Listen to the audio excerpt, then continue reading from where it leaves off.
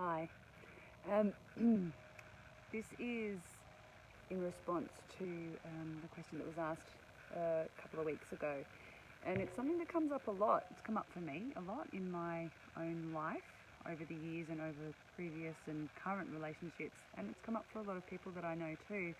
So many of us are really dedicated to our spiritual path, and for a lot of the very powerful people I know who are very powerful in their spiritual process, find themselves often faced with this question as well, and that is, how do I stay on my spiritual path and also be in a relationship, and is it even possible? And so many of us have found ourselves oscillating between the two. I know that I have as well. And I really want to make a distinction here that a spiritual path is different to a path of self-development. For a lot of people, our spiritual path or our spiritual mission starts off as self-development, but they are two really different things. It's probably something worth chatting about in depth at another time. But let's just clarify what is our spiritual path. And for me, it's that path of devotion and path of being in service, recognizing that I am part of a much greater whole, and that I'm here at this time to do the work of a higher calling. And that doesn't necessarily mean that it doesn't have to be that I'm changing the world by saving people who are distressed or feeding the world. It could mean that, but it can also mean that I'm doing the work of the oneness, the work of the divine, by constantly choosing love and kindness and compassion. So, but ultimately, a spiritual path means that you're no longer doing or being in the world in the way that you think you should, or that you necessarily always want to. You're listening to a higher calling and doing that bidding instead. And so this is where a lot of people have found challenges in relationships, and I have myself. When you're truly devoted to your spiritual path, you are always listening to what is your higher calling, and that guides you. And then when you're in a relationship, and that's fine to do that on your own, because you're only kind of responding to yourself and taking care of your own needs, and then enter into a relationship, there's a whole other person to navigate, and their ideas and thoughts and where they want to go, and what they think you should or shouldn't be doing, and their expectations of you. So when you find yourself in a relationship, and of course in the beginning it's always wonderful and amazing because we bring our best and we're really willing to kind of let go of lots of things that we think we want, or our own kind of perceived ideas of things to meet that person, and so are they. So in the beginning it's all fine, but once that kind of wears down a little bit, we can find ourselves in that situation of feeling like we're needing to put so much energy and attention and effort into the relationship itself. And that is kind of the case. That's often the case, that we find ourselves having to put so much energy into the actual relationship. And that's where the first kind of milestone or thing to notice, be aware of, is, for me and what I teach my clients and my students. And that is that relationships do need work.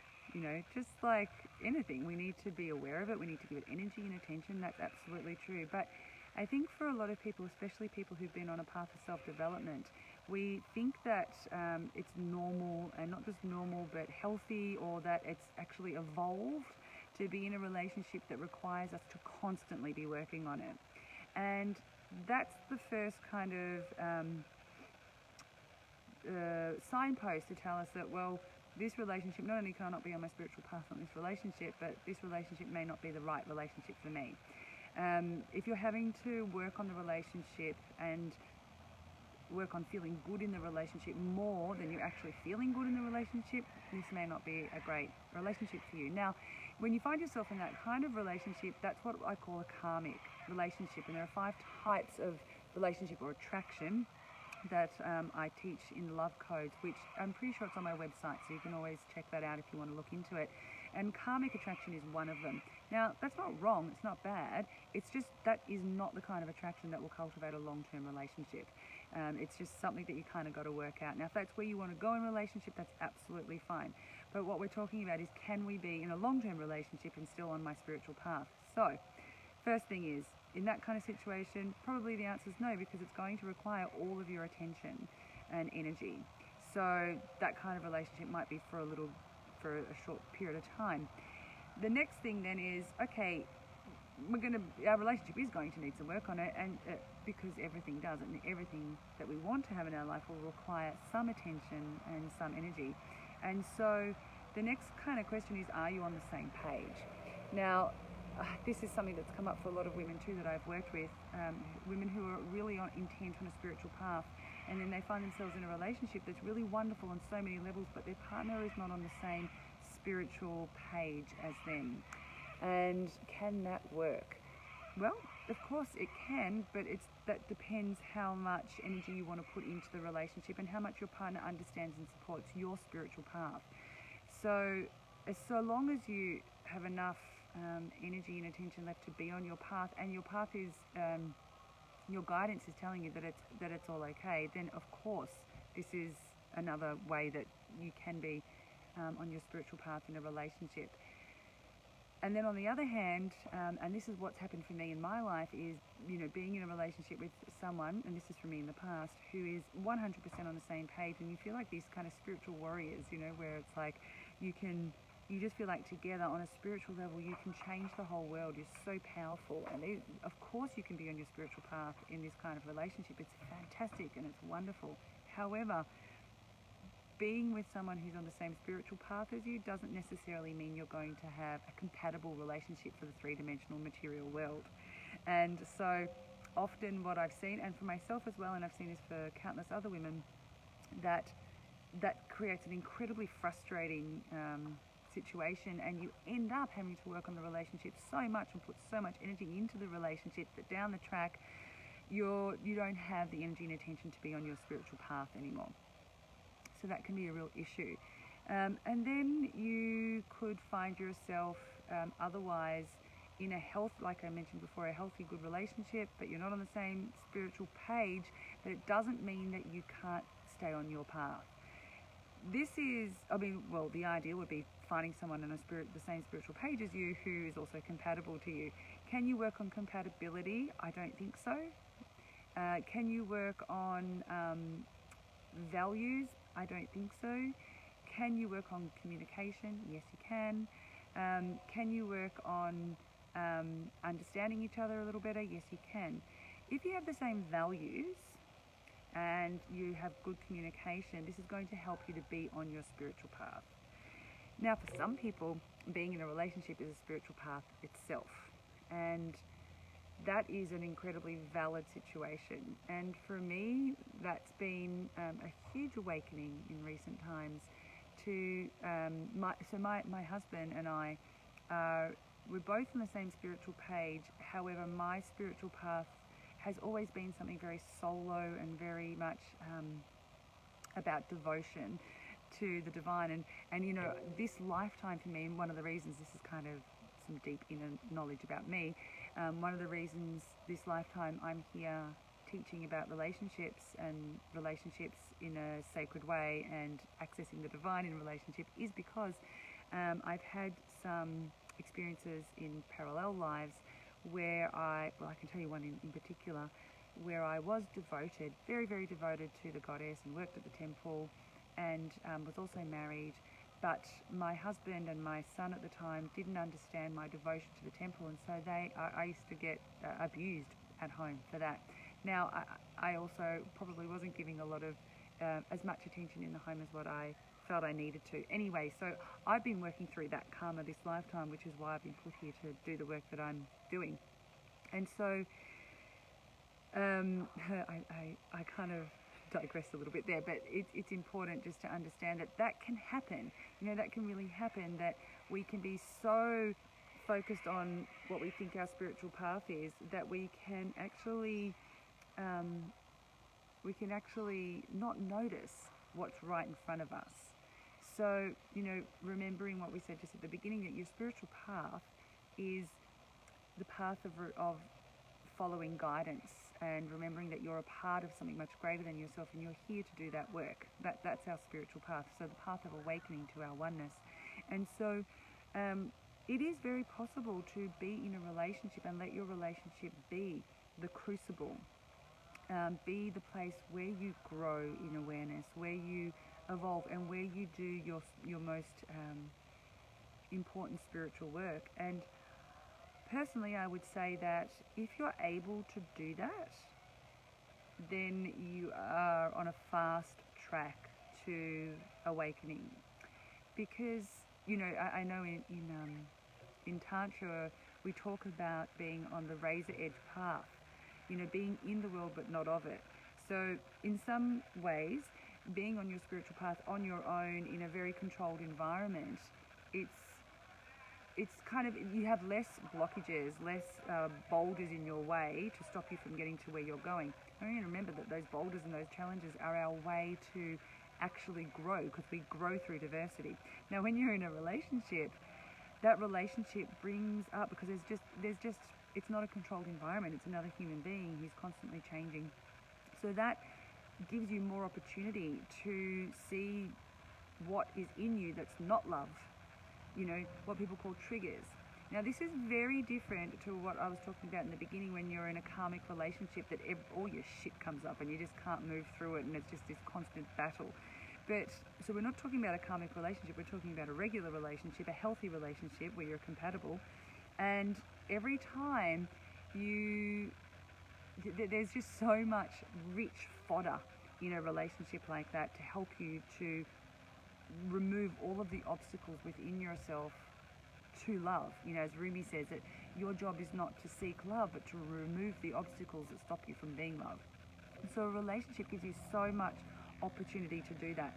So if you're really on a spiritual path and you find yourself in a relationship that's healthy, this can become your spiritual path. But as I said, it's a razor edge path. It is not for the faint-hearted. And I know a lot of people, myself included, in the past, think that you're doing this, think that you're letting your relationship to be your crucible, to be your spiritual path. But really, it requires selflessness.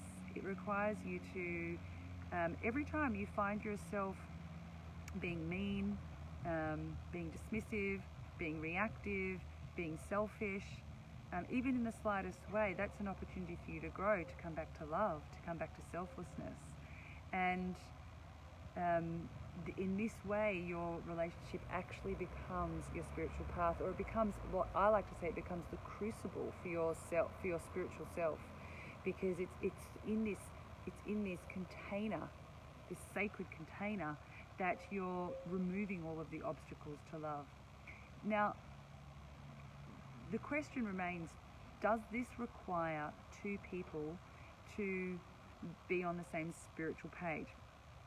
And at this point, I don't think it's essential. It certainly is helpful. However, what I do think is essential is that you both have the same values. So you have to both value growth or awakening or enlightenment or service, so that you can support each other in this process, because otherwise the relationship doesn't grow with you. And that's okay too. Relationships don't have to be forever.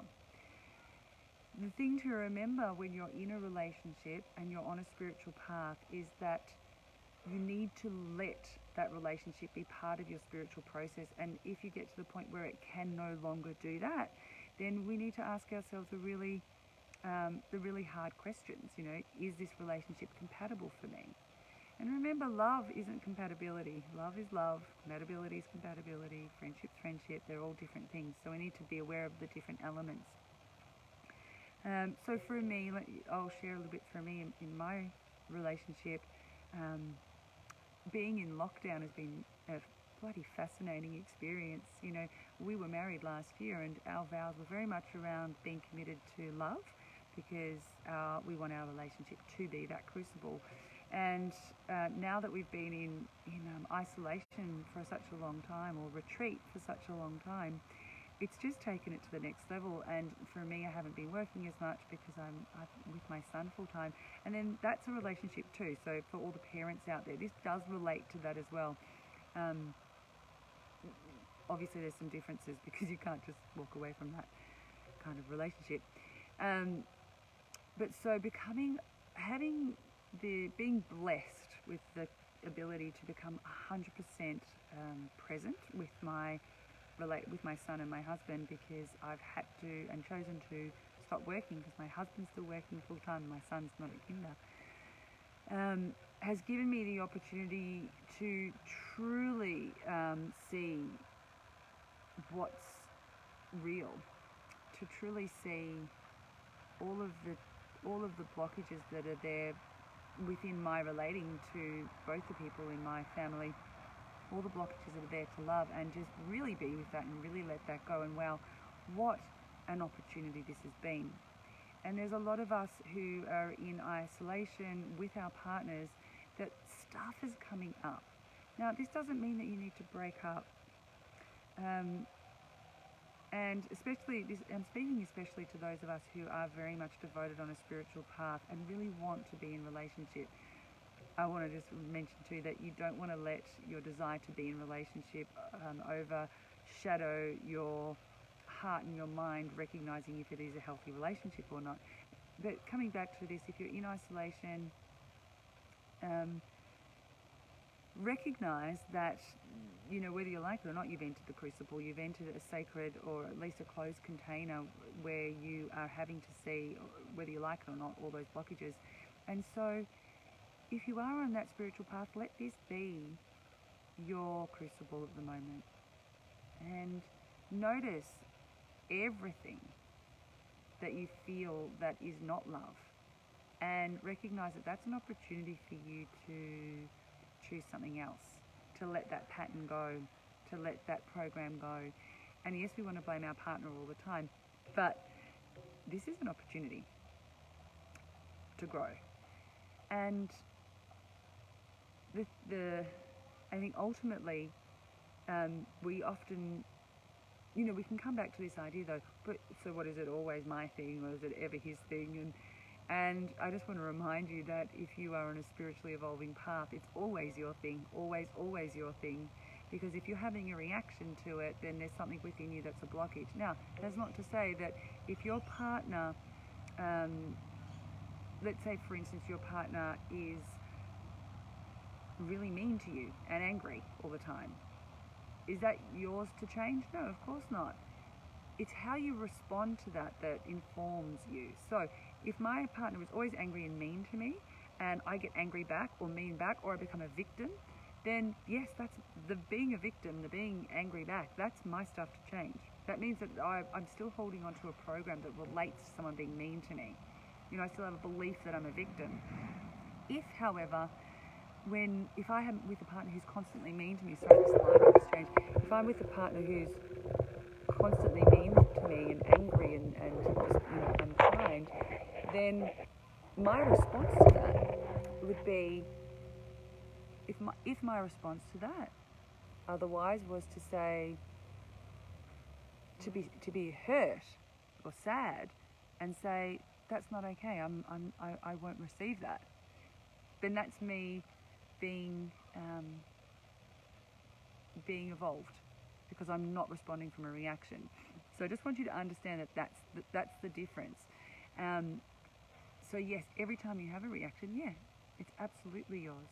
Do you need to stay in the relationship because you're having reactions? No, that's a karmic relationship and it's not a long-term healthy option. Instead, you want to make sure that you recognize your reaction, recognize that your reaction is sadness or hurt, and leave. Or ask it to change and recognize if it doesn't, then it doesn't. This is a really long post. Hopefully there's something in there for all of you. Now, those of you who are in isolation and you're in a relationship and you're really struggling to recognize the difference between, what's my spiritual path and what's my relationship, and where are where's the area that meets or that crosses. If you're really struggling with that, hopefully this has helped you. And if you're still unsure or struggling, then send me a message or comment in this post, and I will endeavour to help you.